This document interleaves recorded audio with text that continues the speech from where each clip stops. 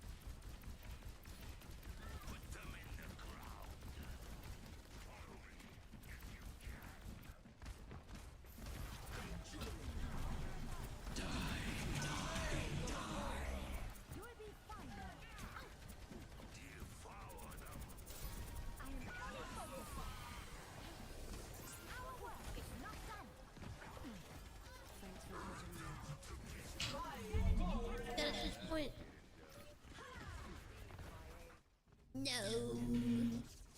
We lost. We lost.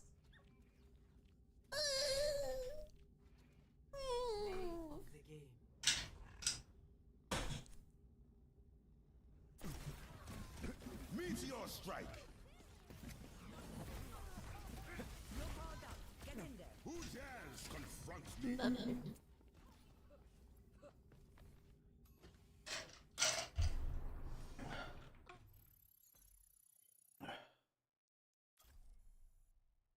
We don't give up. It's cold, but we don't give up.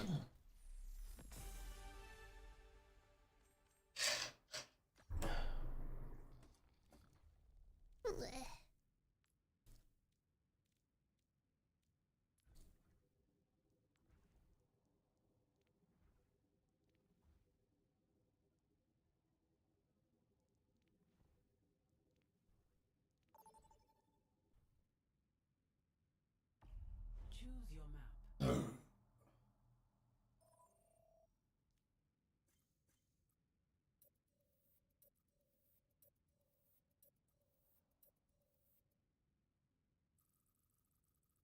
There's always next game.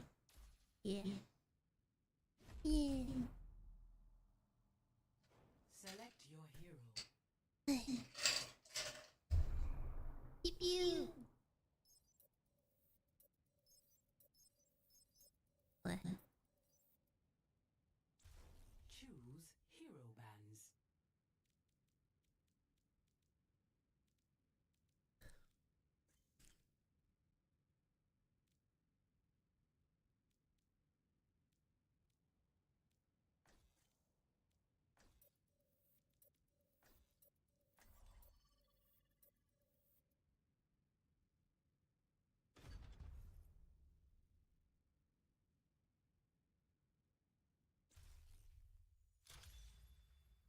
Welcome to Runasapi. Prepare for battle. Select your hero. Hey guys, turns out I've returned early and I'm able to make it to the rest of the stream after all. Smiley face emoji. Oh, nice.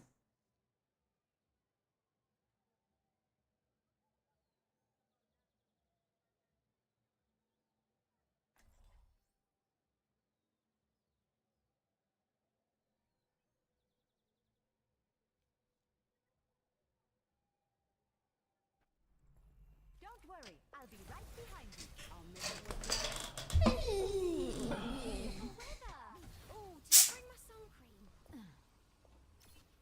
This is my last, and then I'm gonna go take a nap.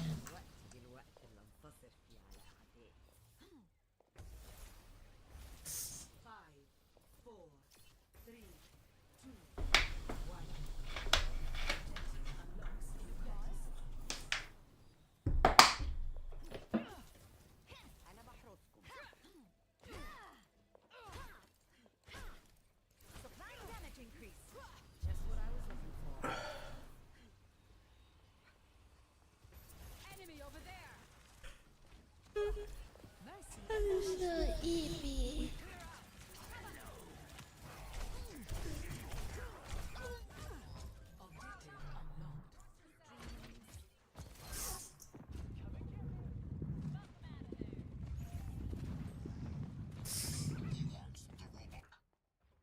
Ich sollte schnell zurück. Enemy team is pushing forward. Amplifying your power. Hey. This opportunity. Yeah, I should have filled my coat. They outnumber us. Keep it tight. The enemy has taken the lead. Coat with ice.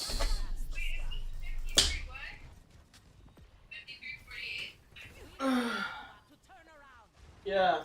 Improving your vitals. Wait, where's my fucking remote? There it is. Okay, I'm at 53, 30.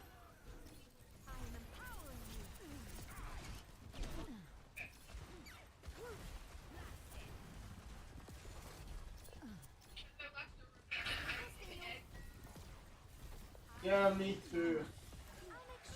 I'm at 53:30.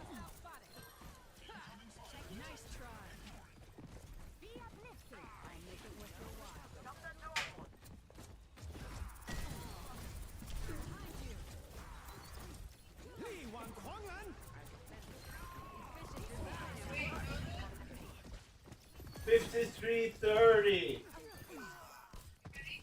Yeah. 2, 3.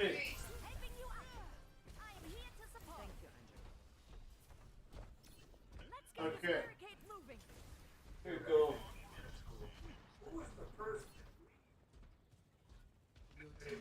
We're catching up. Supplying damage increase. That's what I was looking for. Precision and control.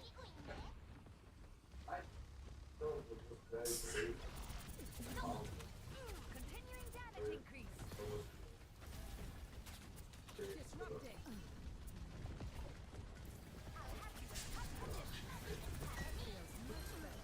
It's go time. Heightening your capabilities.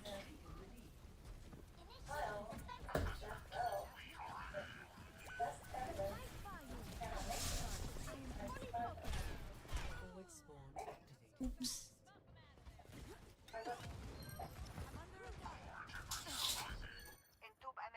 I must return to my post.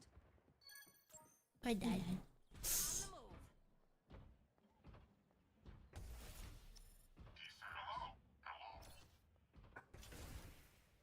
Be uplifted. I will not waste this opportunity.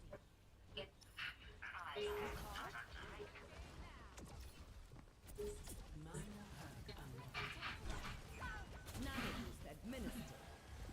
Warihum awaits. Do something. Heroes never die.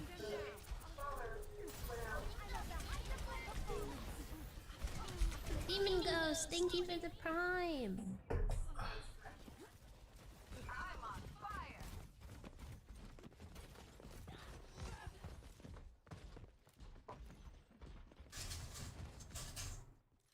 Zeit für einen neuen Plan.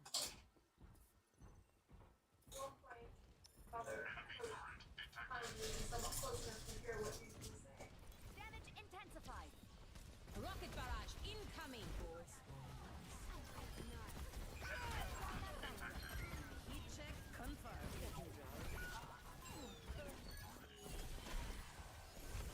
Not on my watch. We've got the robot. Activating healing stream. Repulsion. Excellent. I am empowering you. Checking in. Ay, ay, ay, ay, ay. They have superior numbers. Engaging the enemy. Over here. Need that robot back. I better be more careful. Read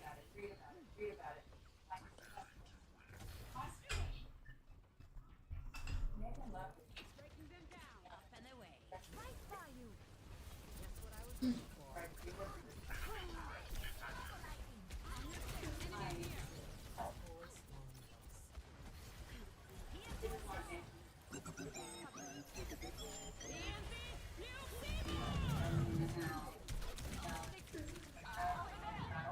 What the fuck?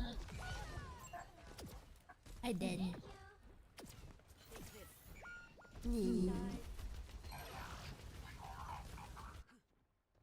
I must return to my post. We must stop them. I'll make it worth your while. Heightening your capabilities.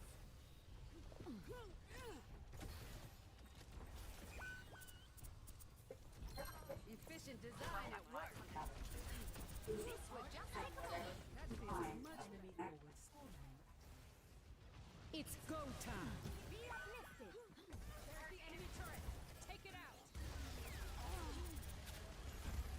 Who's next? Feeling better yet? Teaming up. They're pushing the barricade. Strike together. Enemy turret ahead. Watch the head. Moving with the robot. Behind you. Disrupting. Thanks for the help.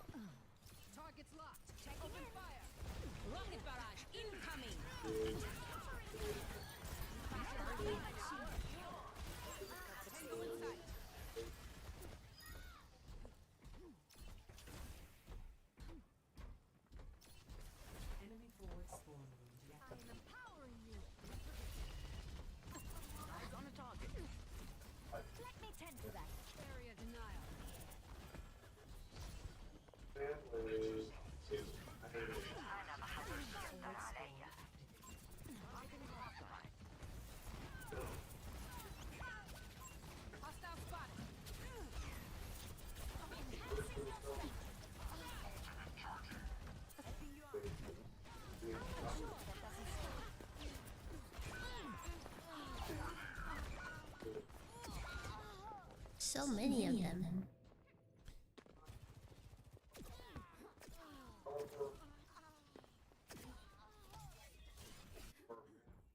Making a full recovery. You call? This would just take a moment.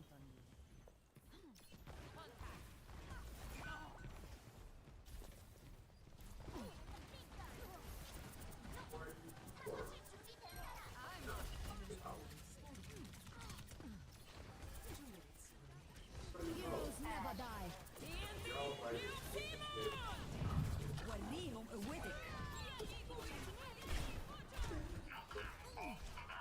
They're about to take the lead. Meh.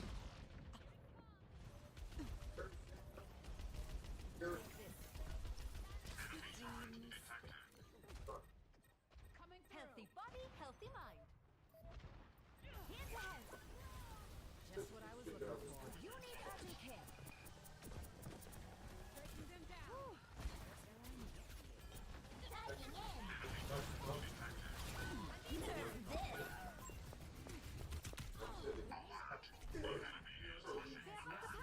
We have to stop them. Nanoboost administered. I'm under attack by you. I'm covering you. 60 seconds. It's go time. Enemy turret. Now burn. Bob, do something. Meh. I tried to attack. Now, where am I needed? Humanity is shackled. The Iron Forest watches us take you where you need to go.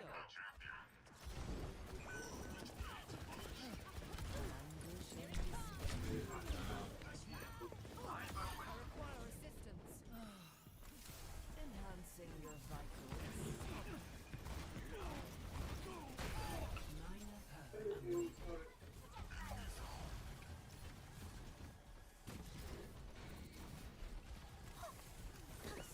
For the parched. Overtime. Let's pick up the pace and end this. Unassailable prowess. Dynamite out. Lend me a hand.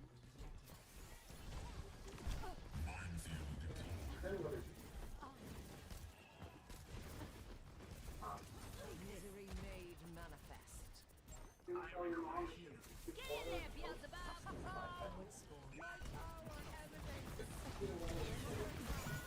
وليهم قوتك.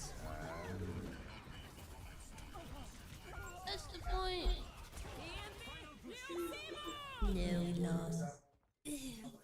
Okay, maybe I take a break and take a nap. I'm so tired. Do I keep the stream going? Or do I pause it?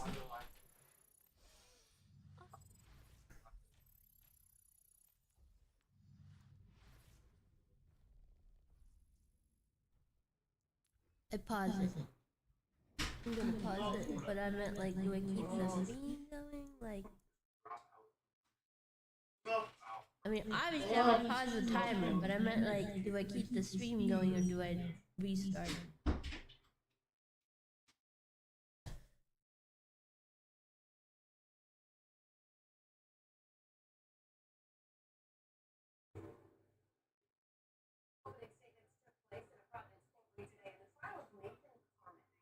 Okay.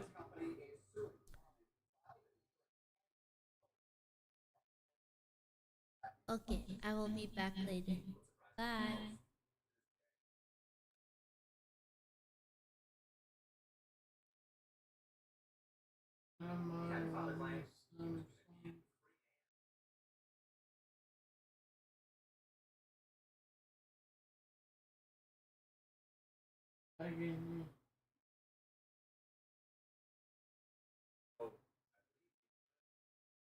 Yeah.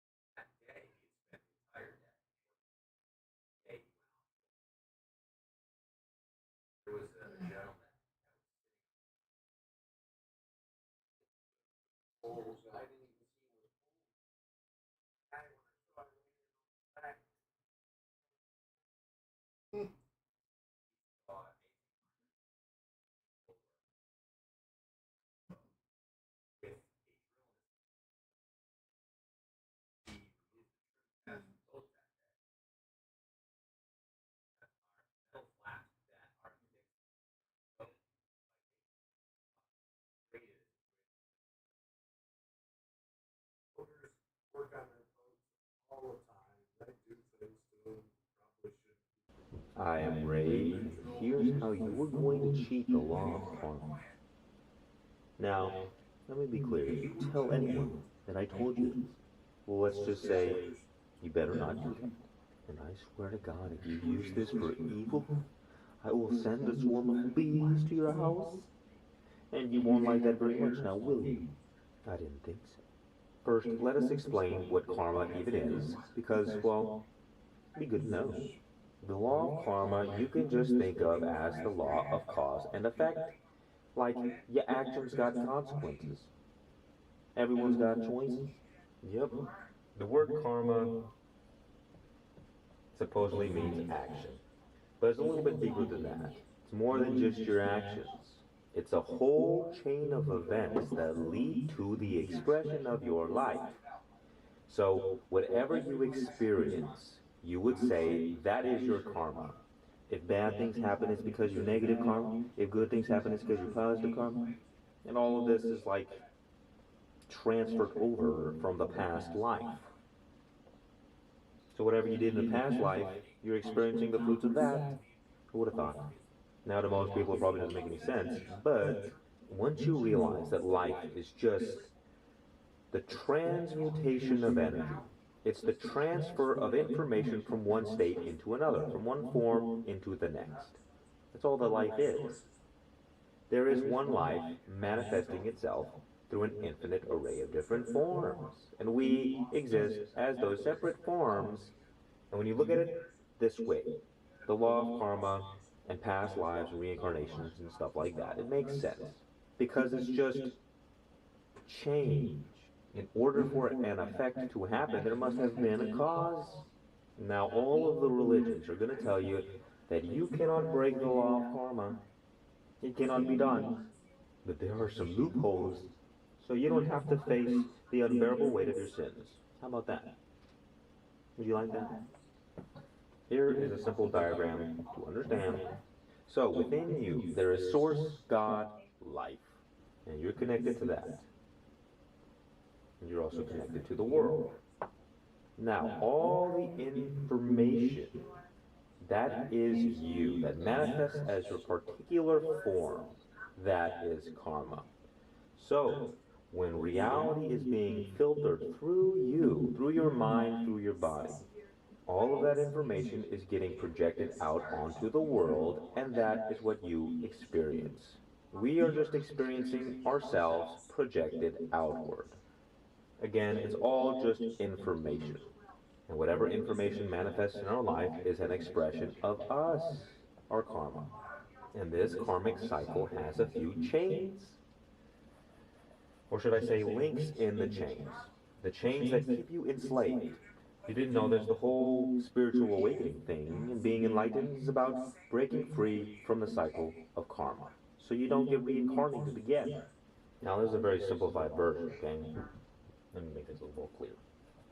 Your identity influences your thoughts. Your thoughts influence your feelings. Your feelings influence your actions. Down here, you got the consequences. Now, your actions reinforce your identity, your feelings change who you are, and your thoughts also influence who you are from the conscious perspective. And also, you can use your conscious mind to reflect on the consequences of your experience and decide, do you want to keep doing those actions? Do you want to keep being that person? What happens on the spiritual path is that you awaken to the true nature of what you are, that is, life itself. So for example, imagine a USB, I got one right here, you can see, you see? Imagine that you are a USB in God's computer simulation that is reality. The body is this little casing here. The mind, the intelligence, is all the information. Oh, I dropped it. I have been banished to the shadow realm. All of the intelligence on this disk is the mind, all of the information. And when you plug the USB into the computer, God's reality simulation, whatever information is on the USB expresses itself on the screen of life. And God, source life, you could say, is like the electricity flowing through the USB that animates the whole process. Technically, God is all of it, but that electricity is what gives life.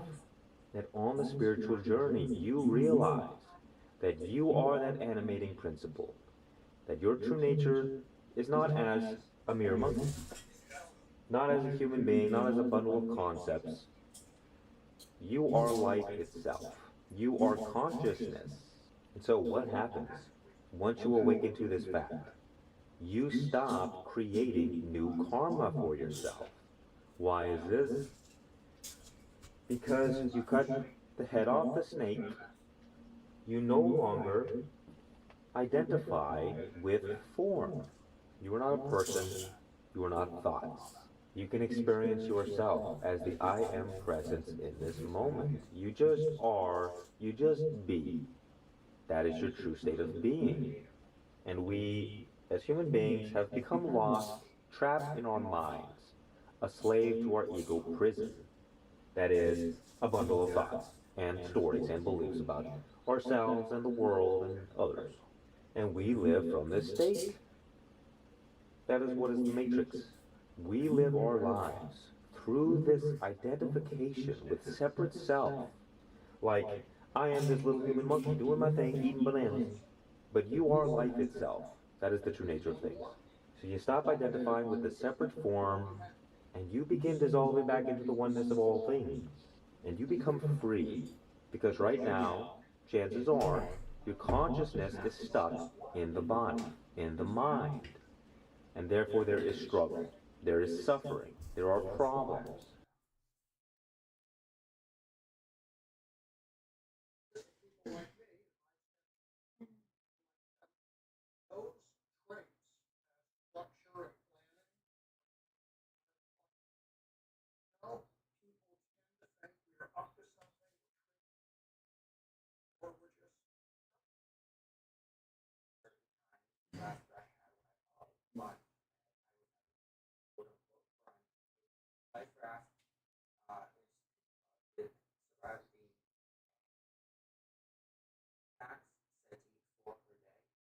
I was spacing that out throughout the day.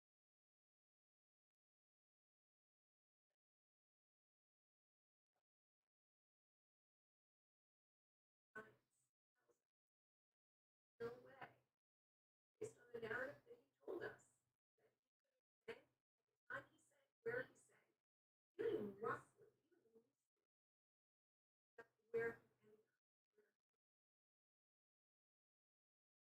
We're starting to figure out how something will, based on that's the vessel. Truth analysis. It's a refined science. All those factor in. All those are monitored. Various.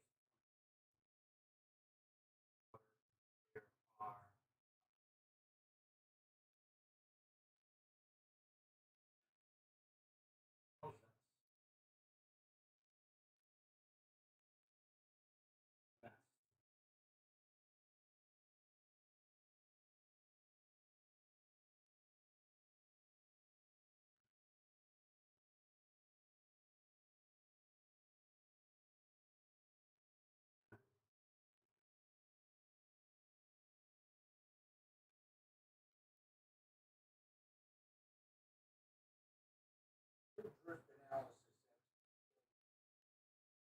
any Jersey that were you had a chance to look at that.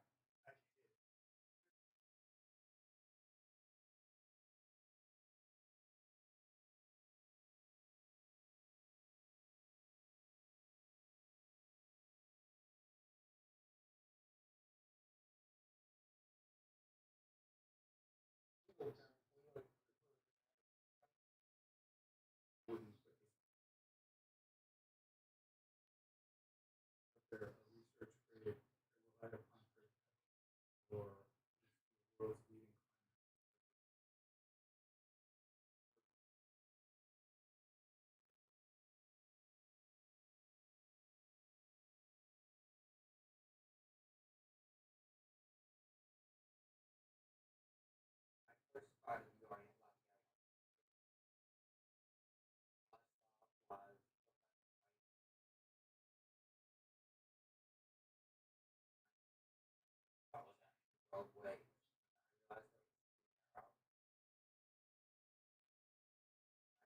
back into life raft.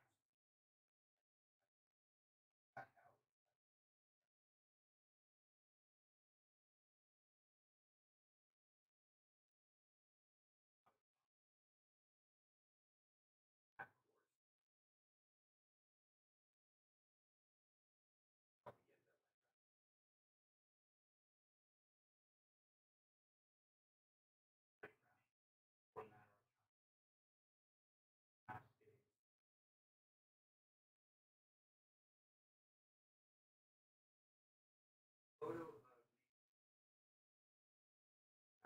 created. Photo is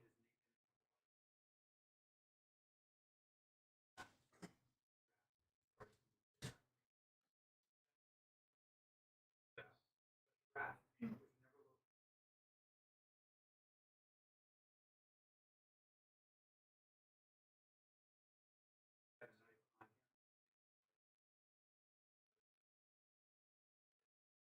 Mine was that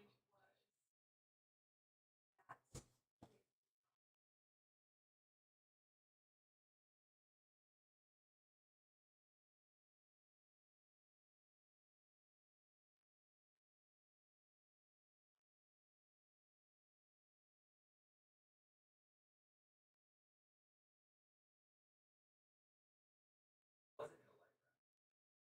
Which I believe. Where was it? Most plausible. Yeah.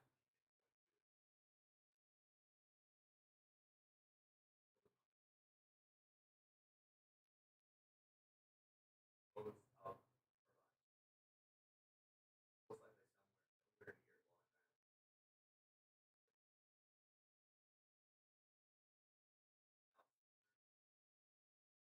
area, island.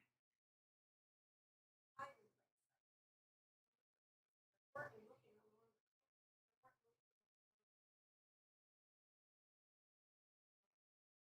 floated along his own area. Was familiar with the connection island or any number. I himself church out into the open ocean.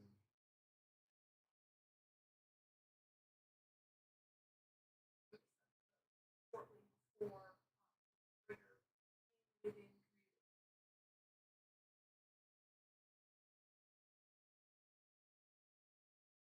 How in God's name is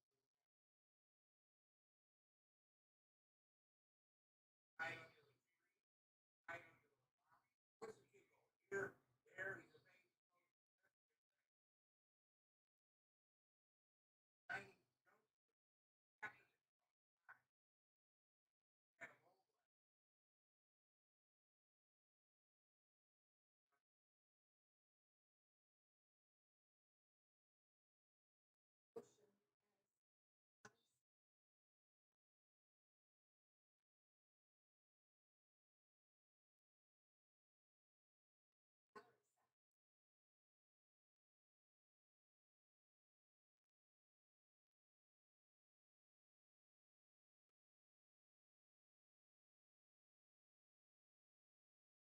Where was it?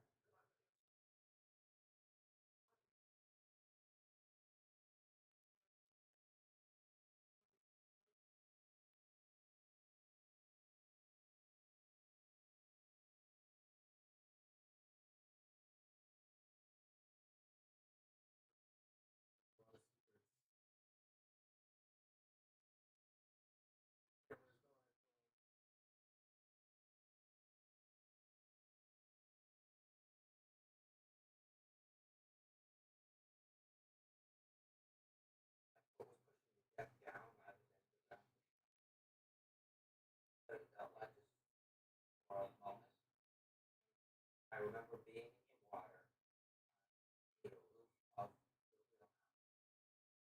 sliding away. That is.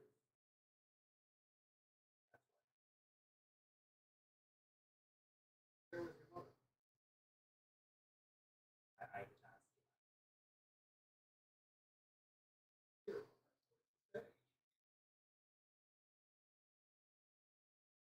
Thinking your mother still doesn't say anything.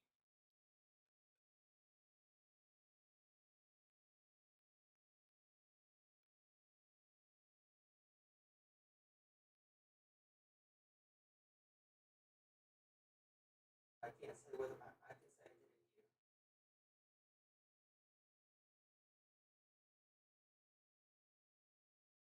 I was in the water. Wasn't a strong swimmer, is he? Very safety.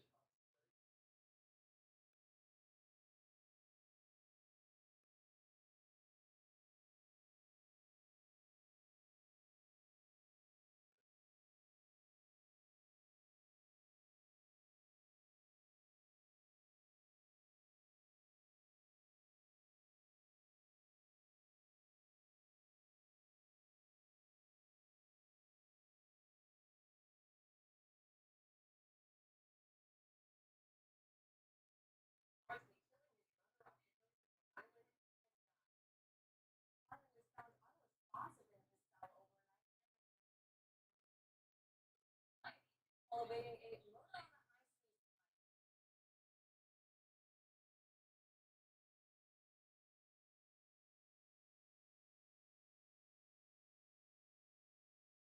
How he was how he was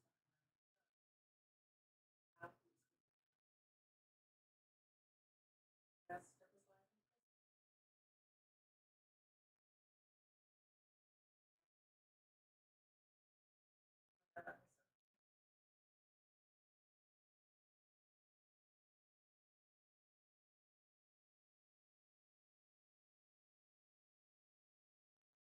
That was suicide by hanging from the west. They know no premonition.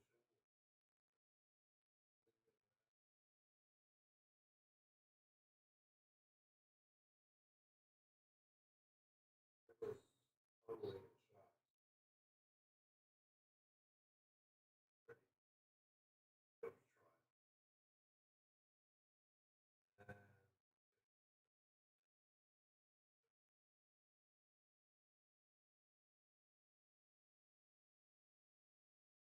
hard to accept.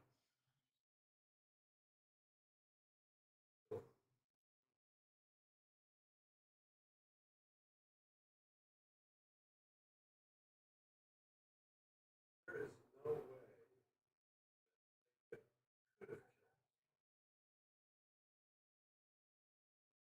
this was they and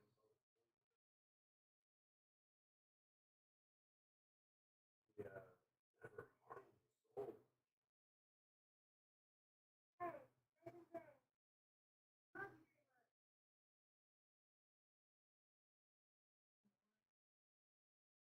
Tell us.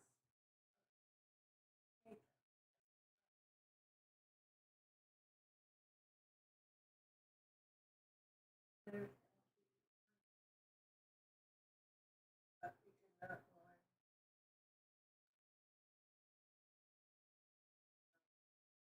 However, it happened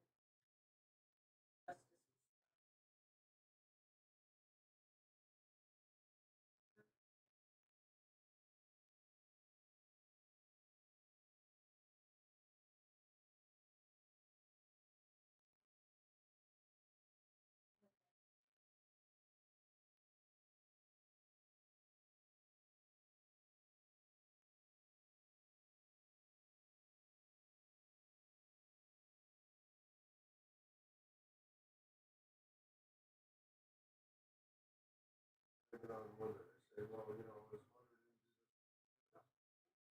How she good? I think she was a good mother. Care about the kid, she loved the kid. That was her role. son.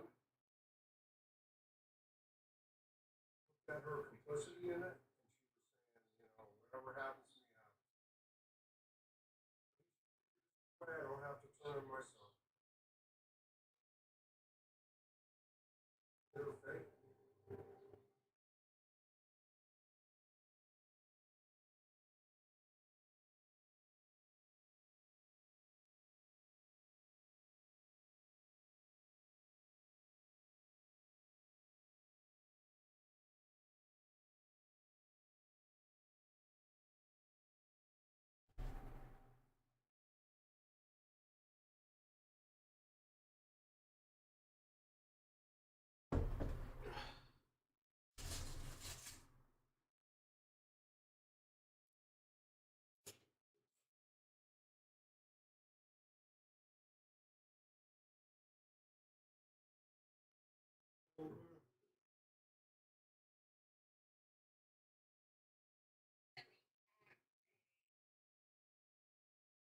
I don't know what.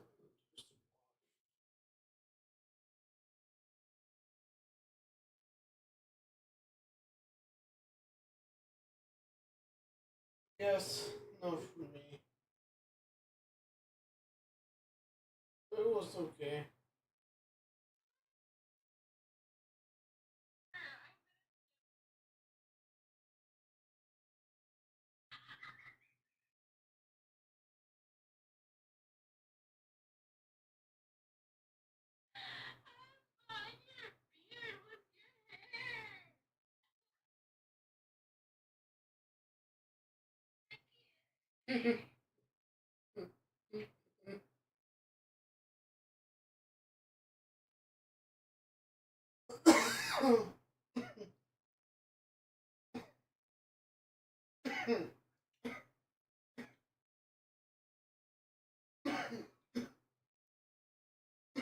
Beard was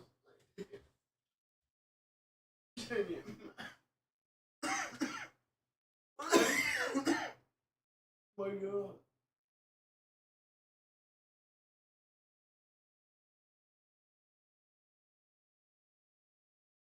When you watch it.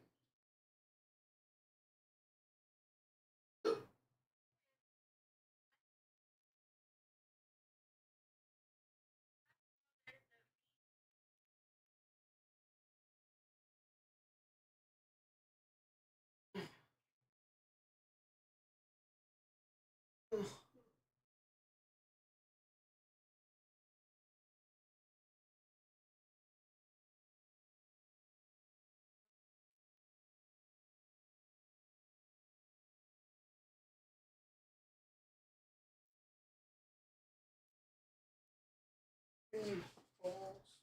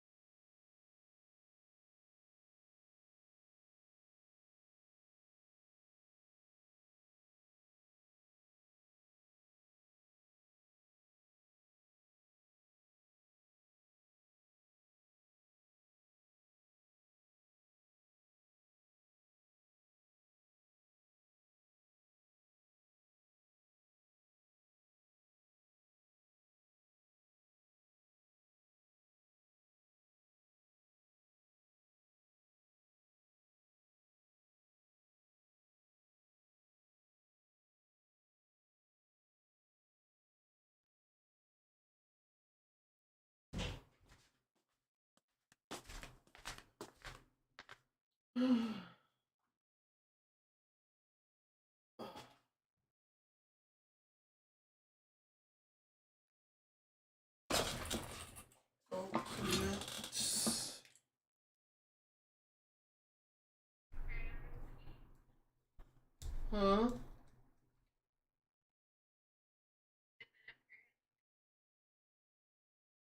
I went to pee.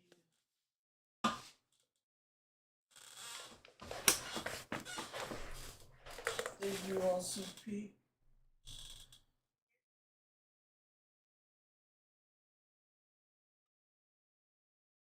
Sure.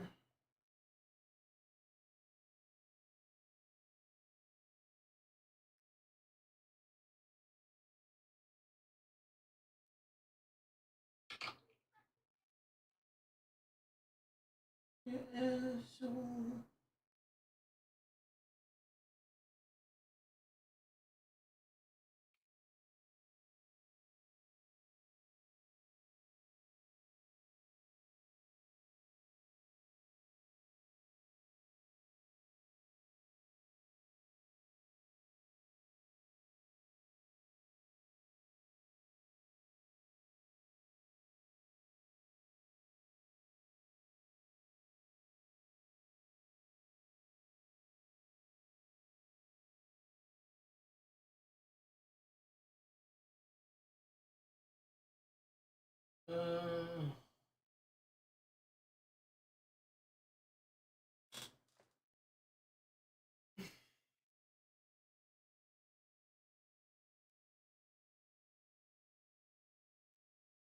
Oh.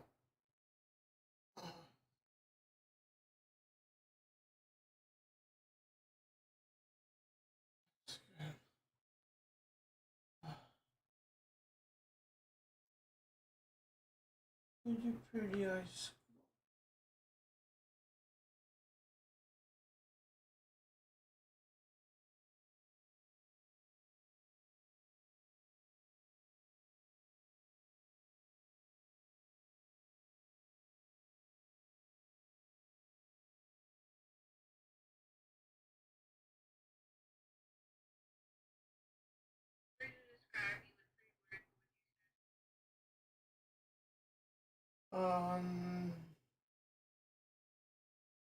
Deniable, deliberate, exuberant.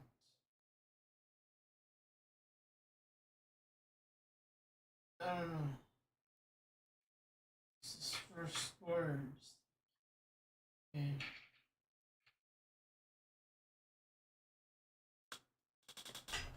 I don't know.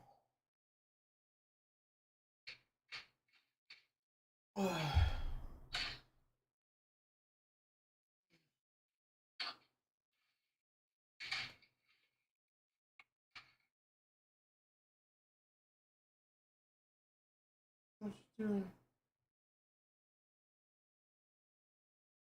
What you doing?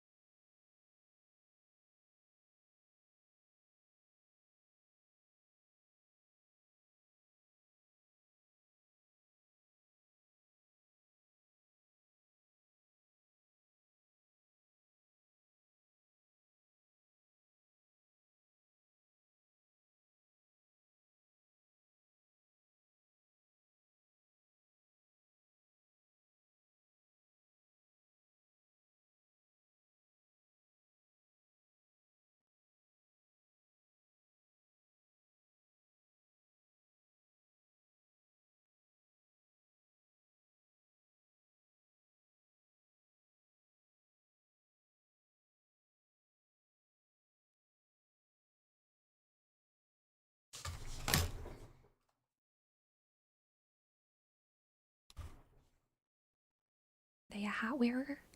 What are they hiding?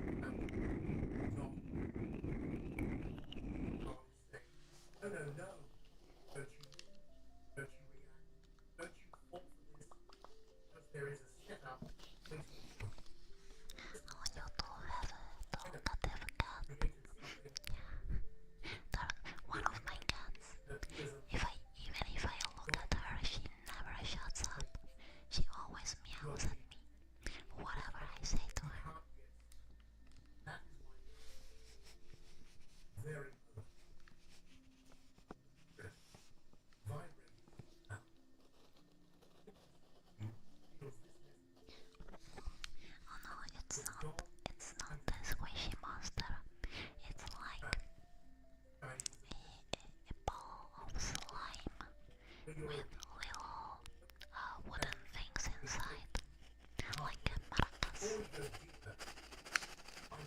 But up close they make that kind of sound.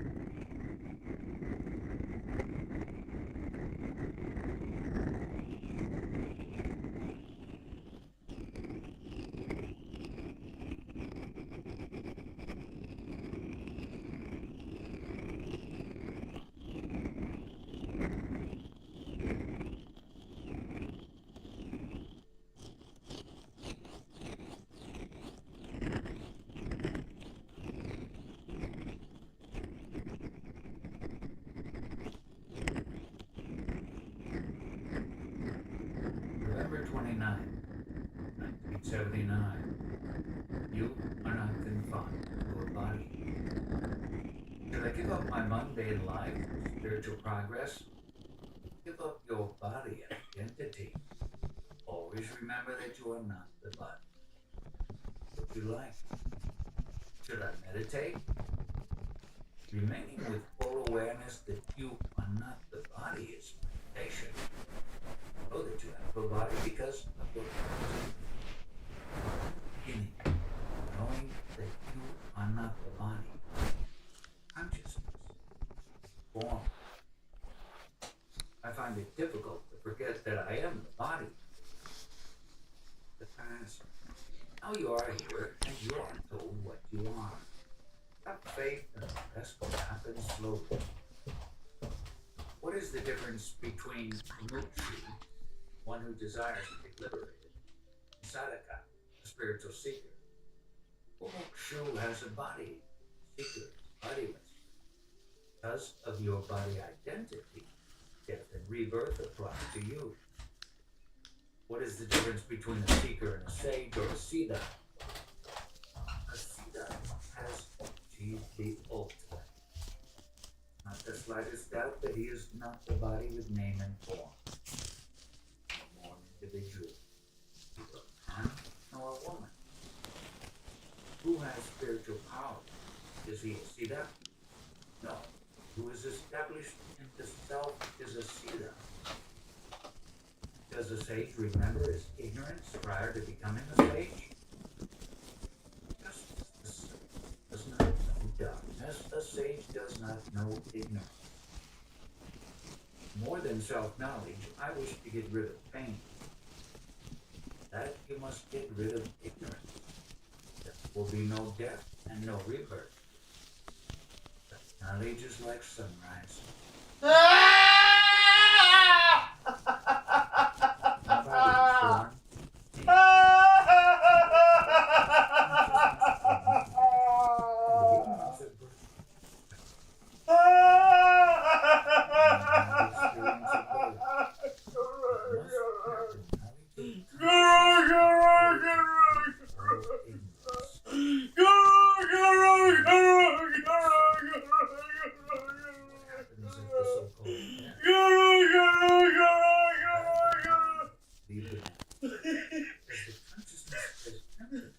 All-pervading, it has scope to go anywhere. Before going, it is already there. Consciousness, it becomes not. Consciousness, there. It is like cooling of hot water. Fire is removed. What is the day for bodiless existence? Because of the subtle food body, I come to know what I am. That does not mean that I am the body. I am separate from the body and all-pervading. As a form and is given a name. Name and form do not apply to me. Has the Atma or self any I-ness or I-taste? No, there is only purity. It's the non-dual state. By the identity comes the I with a separate form. Me and the mind body. All his experiences he takes as his knowledge. All these lead to bondage. We hear about revival, so-called death, on the way to cremation. What is the sure sign that a person is dead? It is necessary to wait and watch. If you notice beginning of sweat on your skin, that is a sure sign that the vital breath has left the body. Absence of sweat indicates the presence of vital breath in the body, which can lead to revival. When I see you in front of me, how do you say that you are unborn? If we are born, knowledge of birth, do you have knowledge of your birth? No. Formed a habit of believing whatever you are told. I do not do that. I will not sign the paper seeking my confirmation that I was born. Is waking state possible? Instance of sleep state good? No. Waking is knowledge and sleep is it gives strength to the waking state to exist and continue for some time. One state is always followed by the other. Does it mean that as long as we are in the body, we are asleep? You are not into your body, you are everywhere. The limitation is your imagination. Sleep is a must. Knowledge or waking state to follow. Every human form is a giant ignorance. Let us stop here, as now is the time for our evening bhajan. November 30th, 1979. Since when are you and to what? You know that you are, that you exist. That memory of yours is the quality of the food essence of your body. If that use loses that beingness will vanish. The food juice is called sattva, whose quality is consciousness or beingness. Sattva is made of sat, distance, but you means you are in reality the existence. And every living form with consciousness, always accompanied by the vital breath. All the activities have to do to the vital breath. One comes to know that one is, because one is. Who comes to know? It cannot be said. All our thinking in this regard is only imagination or a concept. Mr. or Mrs. Somebody is a concept. This applies to all of you. Without name and form, imagine that you are a body and given to it your name. If you were not given a name, what would you have said? Nothing. I've accepted your name as you were repeatedly told to do so. Name is useful for practical purposes like dressing you, like at school, for bank accounts, etc. I find that my anger and hatred are increasing. My capacity to remain aloof from body mind is becoming weaker. There is anger and hatred do not have a body.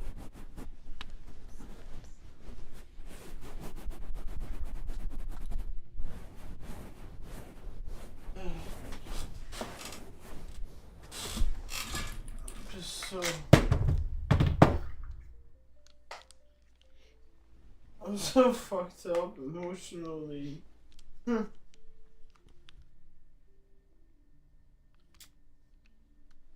Like,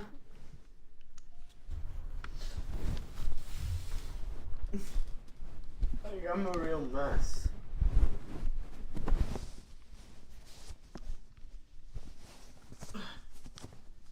What do you want to play? I'll join you.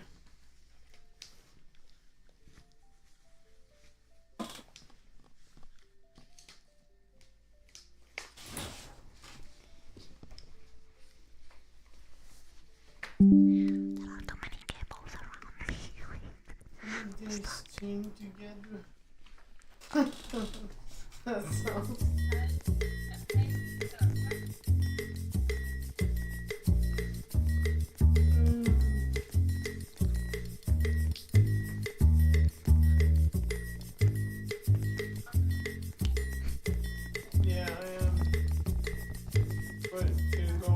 here.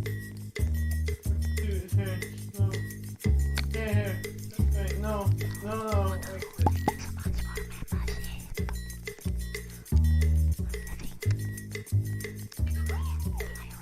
Yeah. Yay.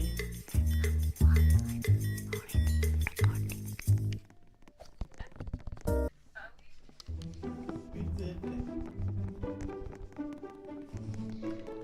What were we supposed to do? Later, I wanna try the thing you said. Push the east. If I should use the camera focus thing or not. VR with cables, yeah. I'm tapping cables. They're all around. I can't go.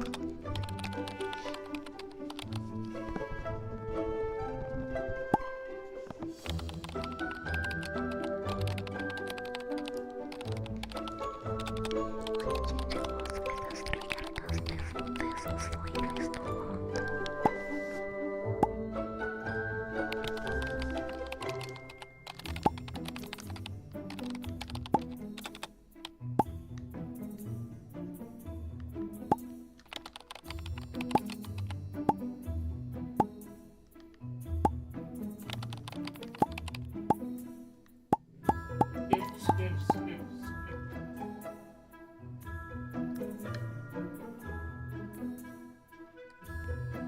What the hell? Okay. 8:21 dinner.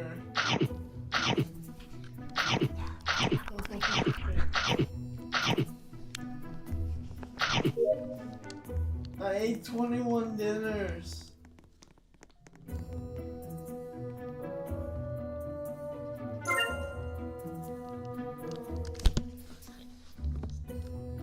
I'm sleeping on the floor.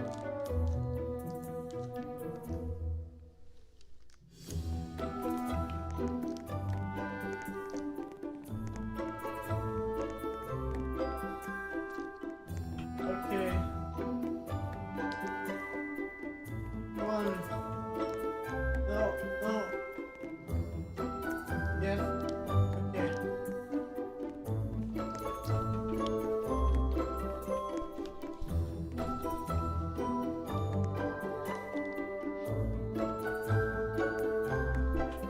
How do you do this?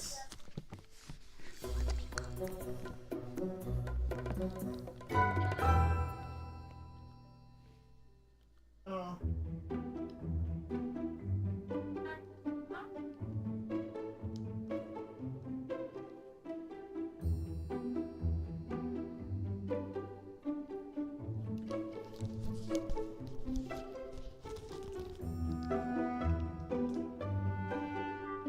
$48, $49, $50, $51, $3, $4.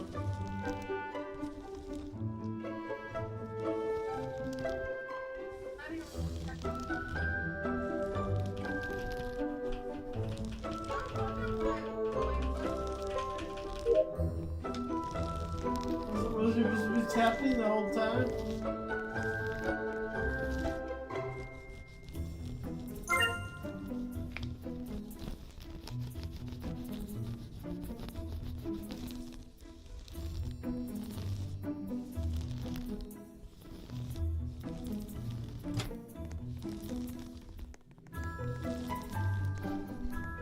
Oh.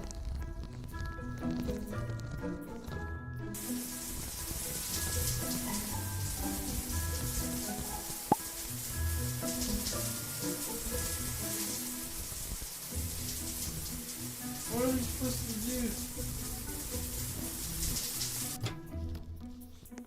How do I shower? I haven't showered. Oh, there you go.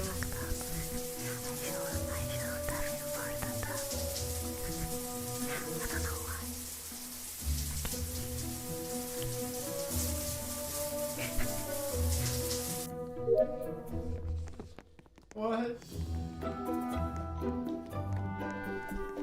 My face?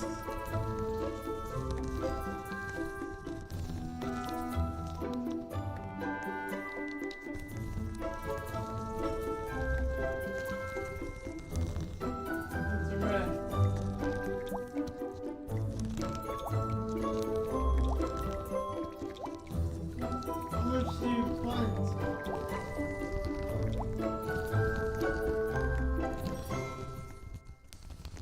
Okay, you go fine. Here. Okay, I guess.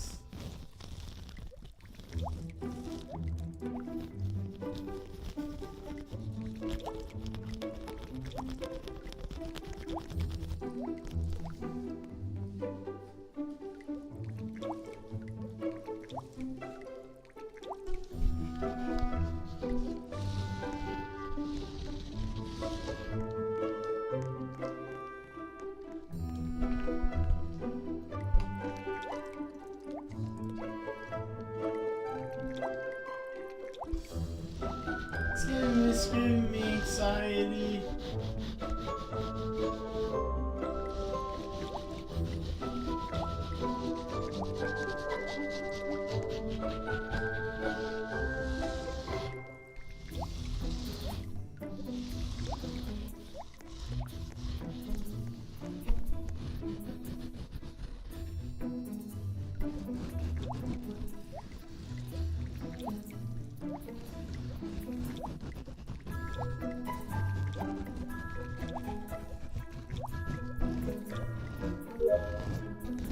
Okay, yay!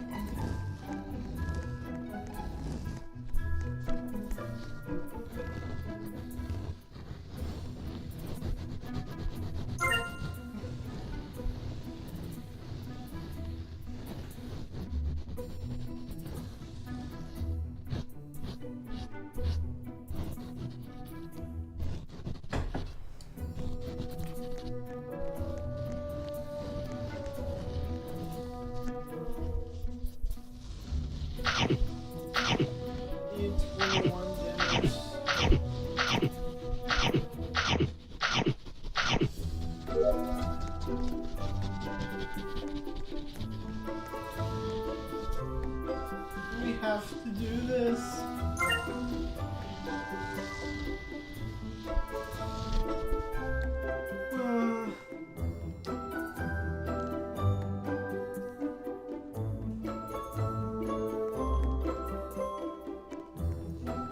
What changed?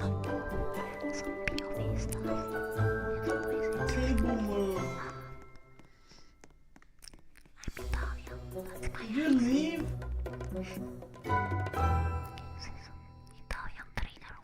You left after 5 days? I don't know about the Italian trigger words.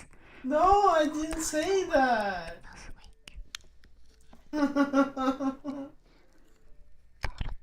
Okay. Well, it's fine. We can play something else.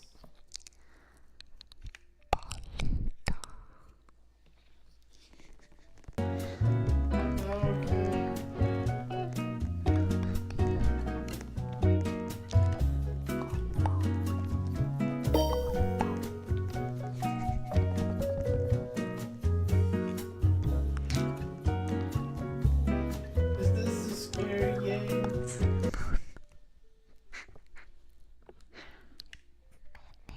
This is gonna be spooky.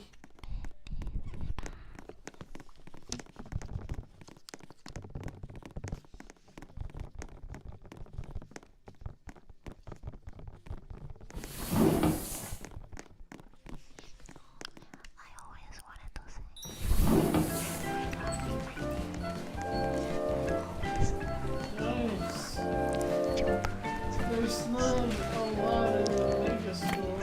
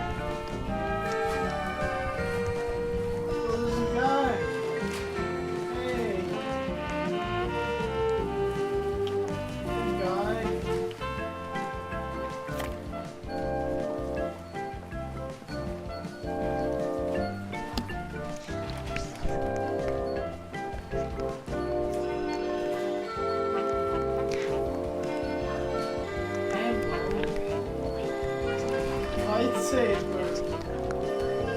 Oh no.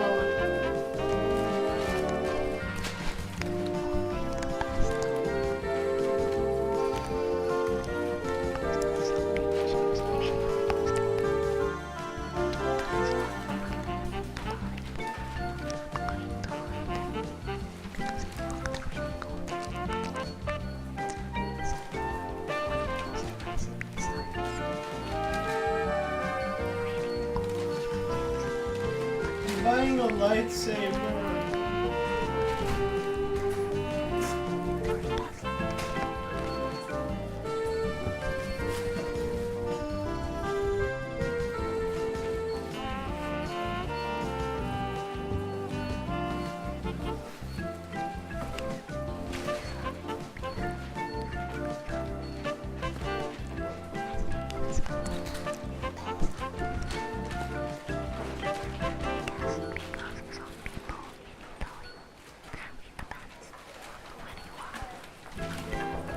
Why not?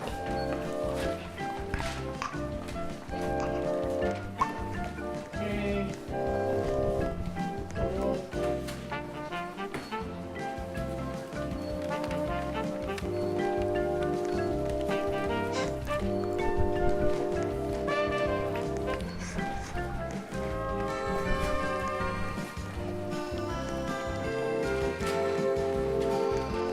Where are you?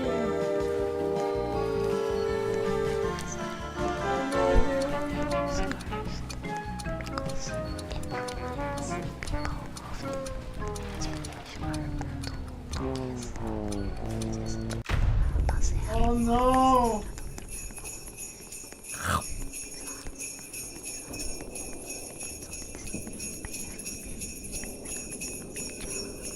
Oh, you're behind me. Hey.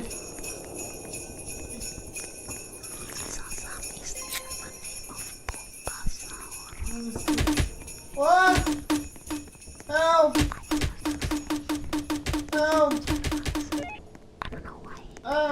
So many things about This is the stupid hot dog! What am I gonna do with a stupid hot dog? It's not in German, it's in English, but it's the German opening. And it's awful. Ah! I don't know why they feel the need to change things.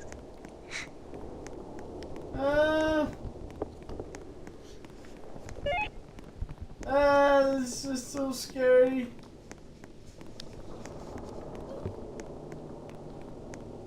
Oh no, you died.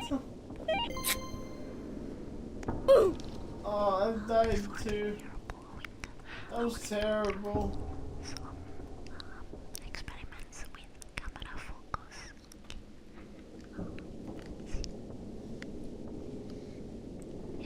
Yeah, I like Soundboy, Project Soundboy.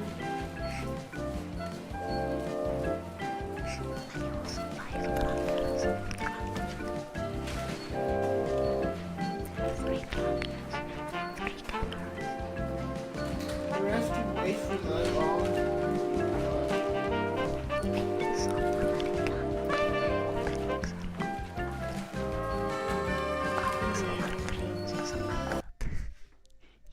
The Italian ones are so good. Wait, what? Zombies?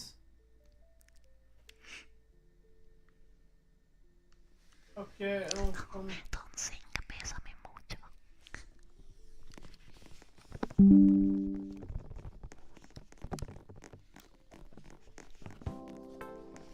Oh no, 3 cameras as in 3 Where are lighthouses. you? Just to have more tracking and less There you observation. are. But it never works.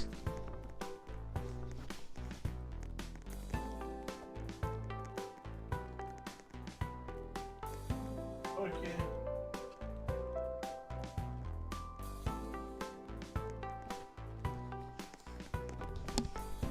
Where the fuck is the focus behavior? Pins mask. Okay. Did he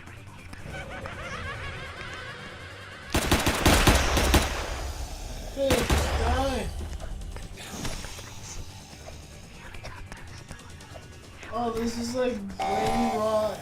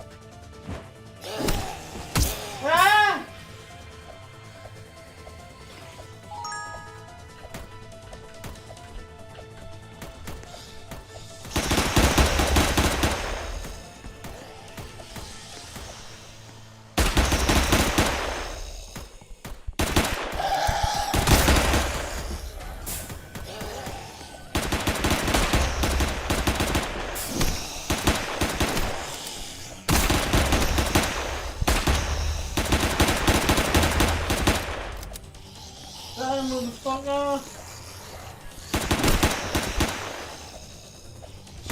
Damn, you good.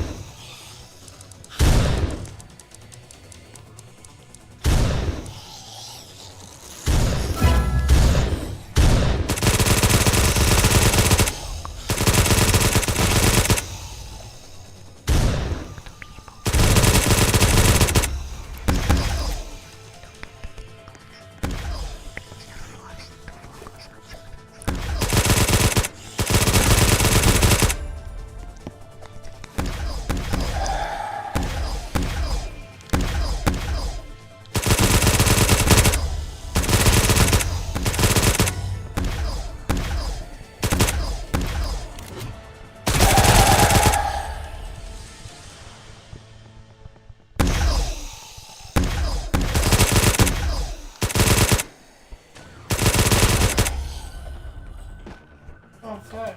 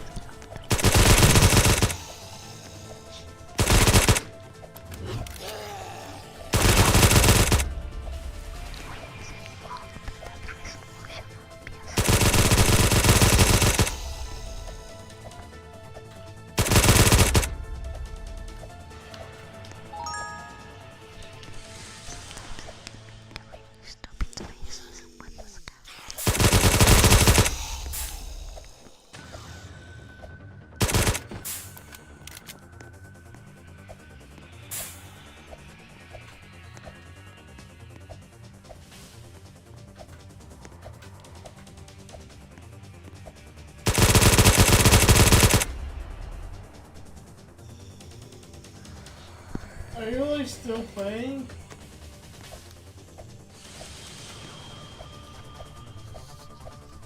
Oh shit.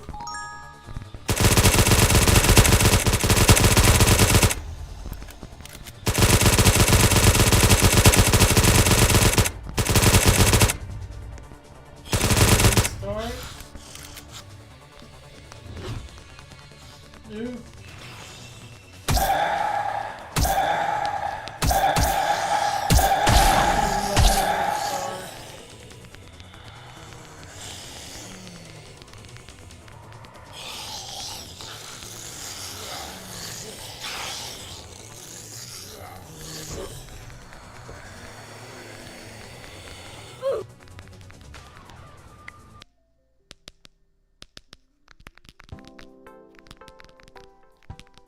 Nice.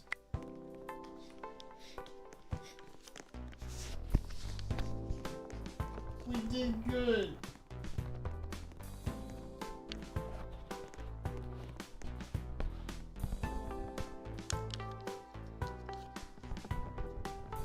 Third. RV chaos.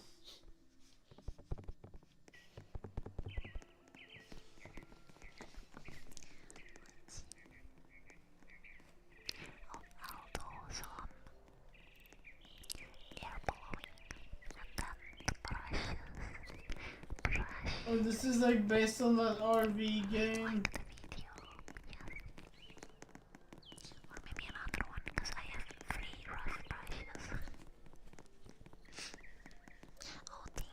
I guess we'll just join these guys.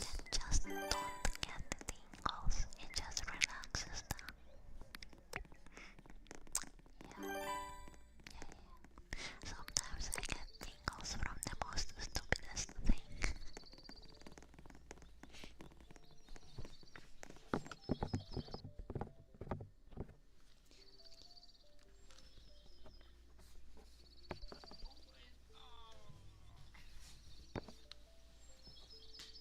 Welcome to RV Chaos. This is your trusty RV. This is your engine. Bring gas cans to keep the RV running. Where's the engine under the bed? Equip your winch tool and attach it here when you are stuck.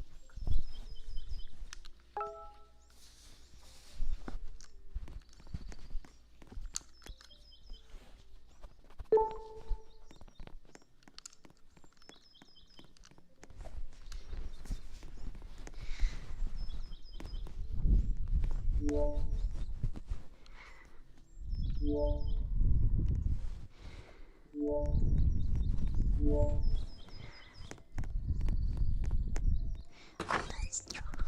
I used to argue with my friends over colors. We really do have different concepts of colors as well.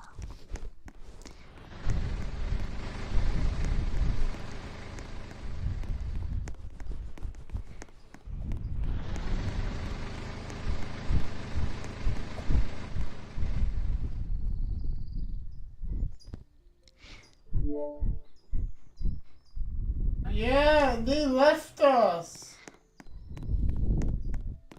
They left us. Even if I don't get the tingles, What the fuck? still relaxes me. Like I'm doing right now. I don't get tingles. Leaving a bad Yelp review. Oh look, there's a hut over there.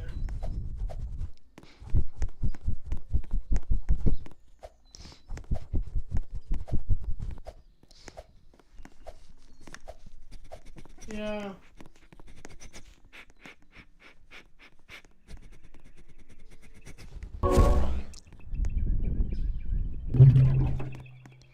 I don't know, I found the phone.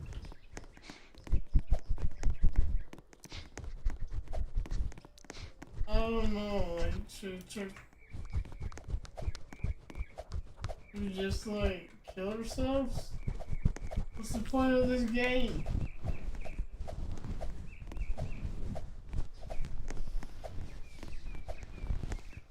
Yeah, let's just leave.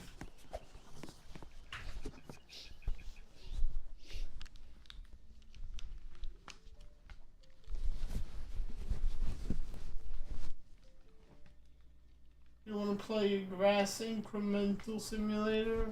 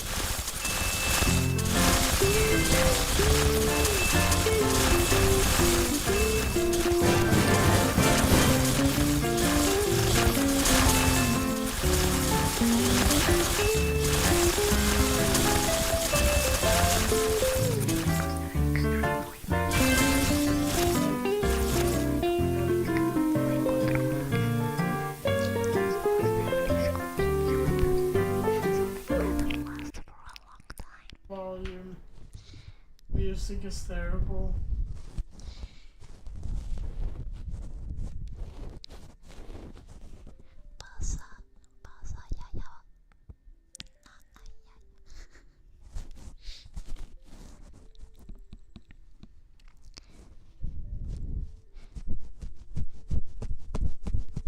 I'm too OP at this point.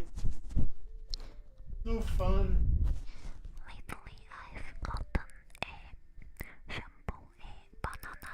A rebirth. It's really thick and it smells like banana. Of course, it's really good. Banana shampoo.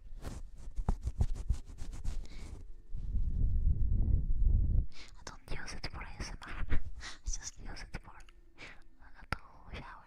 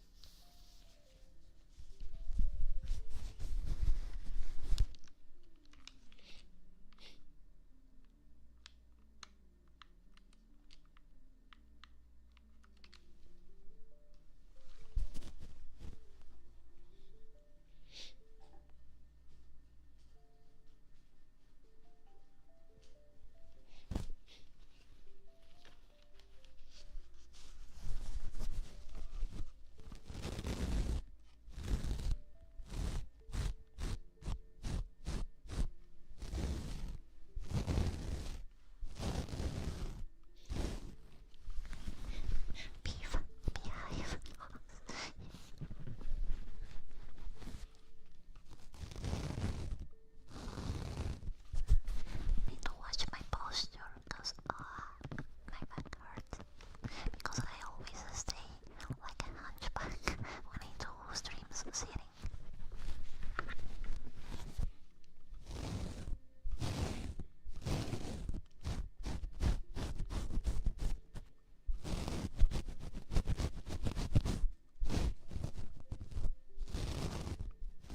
Is this weirdly relaxing?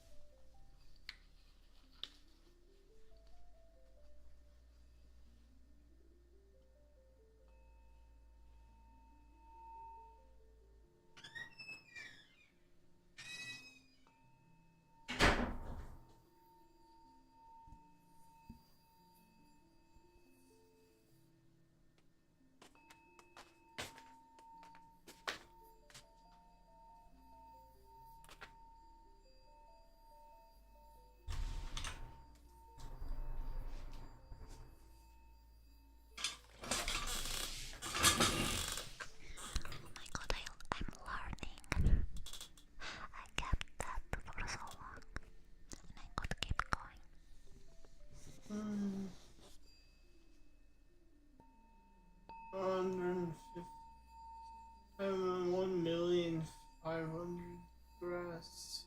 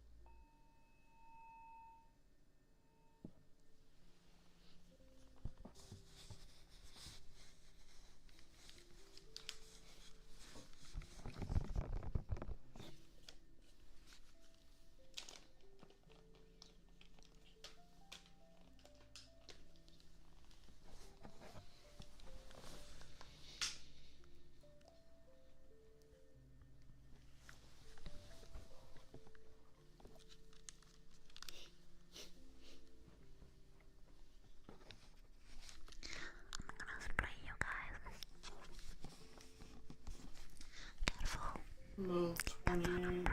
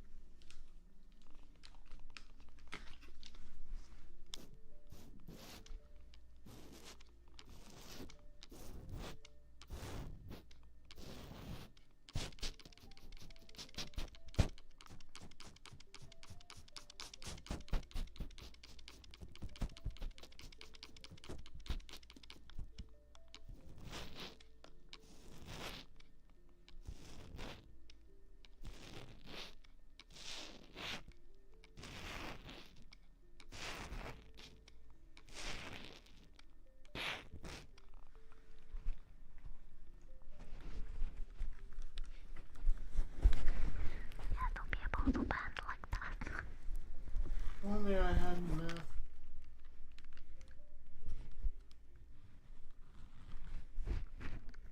I know.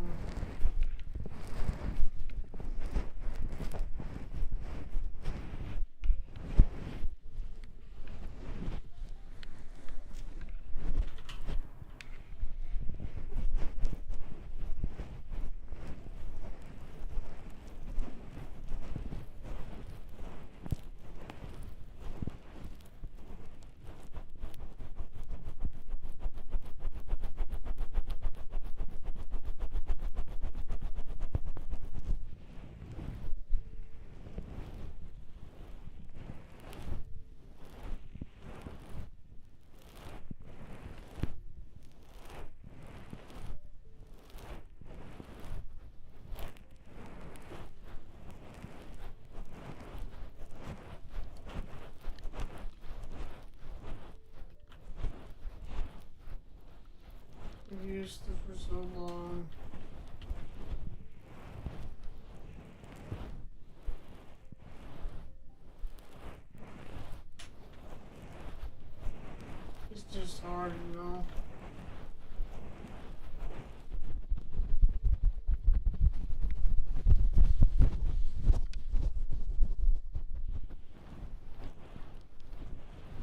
hard to stay motivated, hard to do things, and hard to do basic things.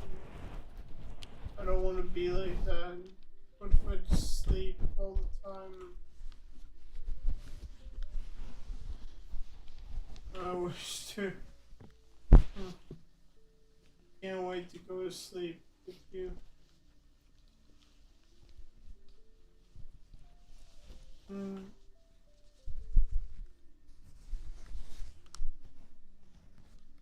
Okay, cool.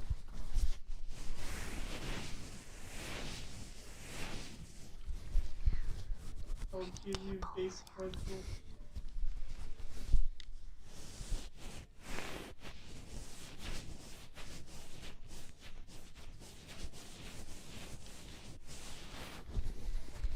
Well, I give you headpats. Why don't you go explore that black hole we found earlier? I think I need to go down here. Okay, exploration the others also. I don't know what pops is. There's a seed here.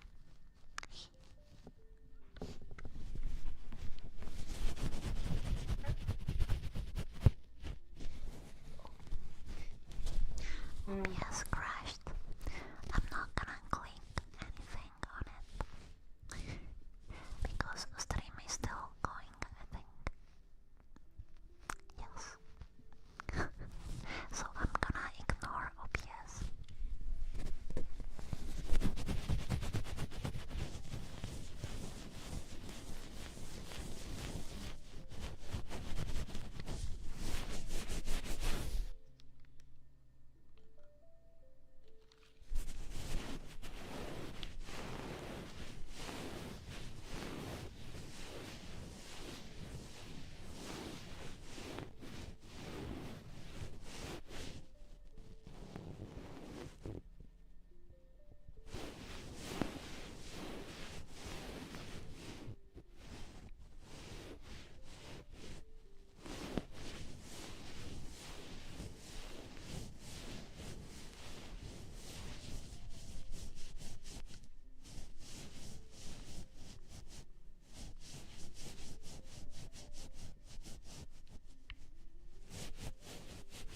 Good job, baby. Good job.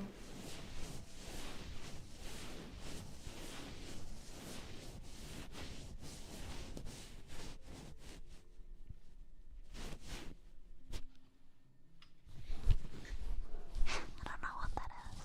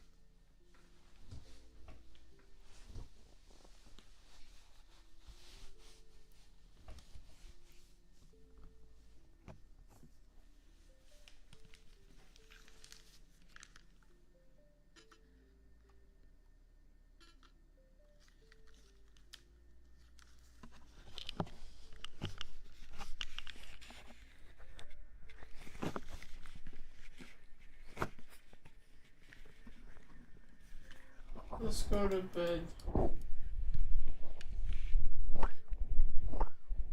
You want to go to bed?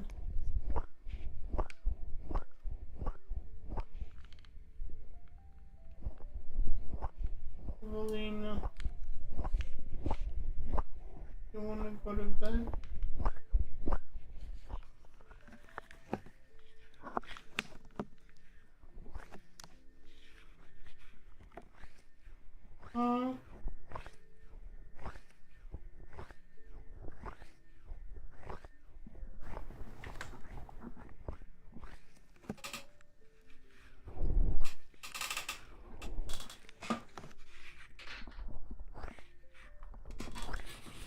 need to go to bed now.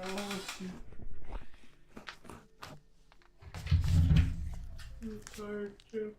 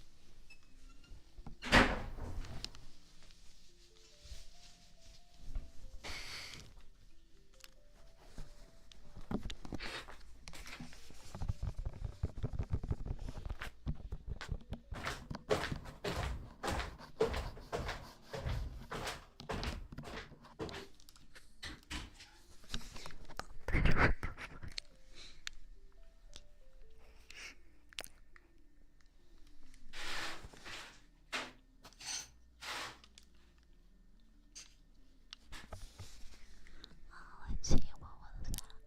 Linking and gloss. And that's gonna be my last tingles. My last triggers, sorry.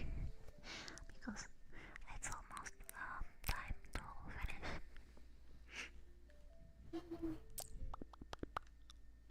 Stop bringing my immersion, what?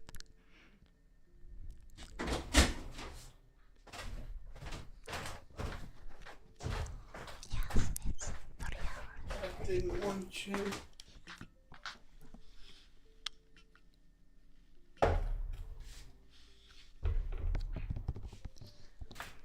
Oh yeah, it's linking.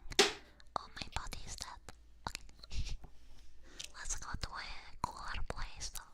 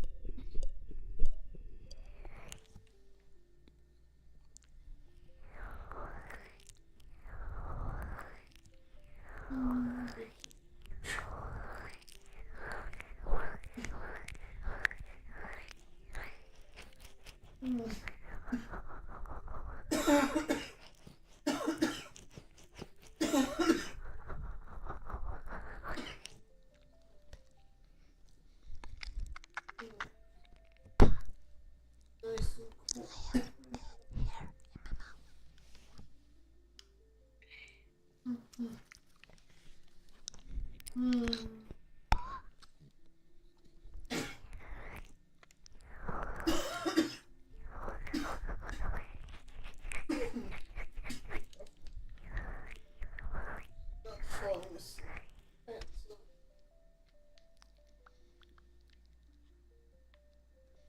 Sleep naked.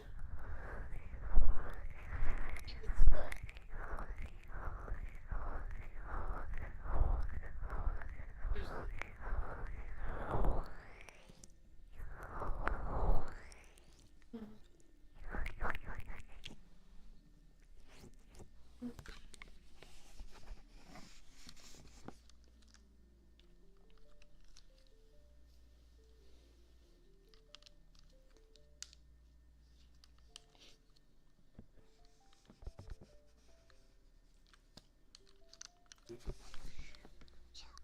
No, it wasn't my hair thing. I think it was a fiber from the towel.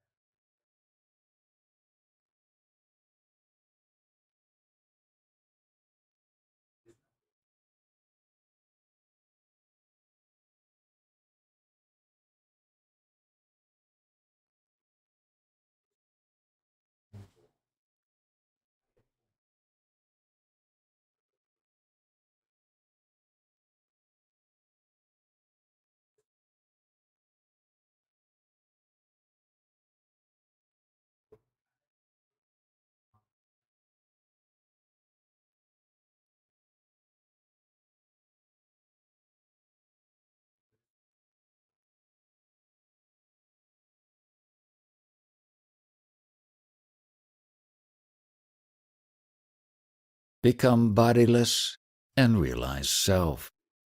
Be aligned with your consciousness without taking help of the mind. The implied meaning of I am is I am Brahman. The consciousness in the body says that it is Brahman. It is in the body, but it is not the body. The meaning of the inner sound, I am Brahman. We must know the origin of this consciousness.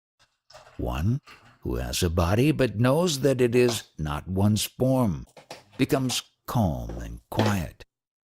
The people stand in long queues to take blessings of such a great one.